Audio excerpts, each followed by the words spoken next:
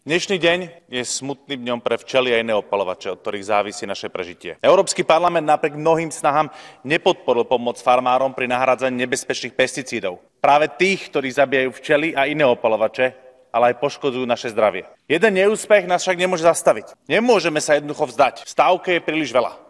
Naša budúcnosť. Zaviazali sme sa k tomu, že budeme chrániť prírodu, aby opeľovače mali stále dostupnú potravu. Že budeme chrániť pôdu, ktorá je ich prirodzeným prostredím. A že budeme pestovať rastliny bez používania chemikálií, ktoré škodia im aj nám. Na Slovensku sa stále stretávam so včelármi, ochranármi, ale aj poznám dobrovoľníkov, ktorí sa venujú ochrane a monitorujú stavy motýlov a ďalších opeľovačov. A hovoria mi, že ich počty sa každým rokom zhoršujú.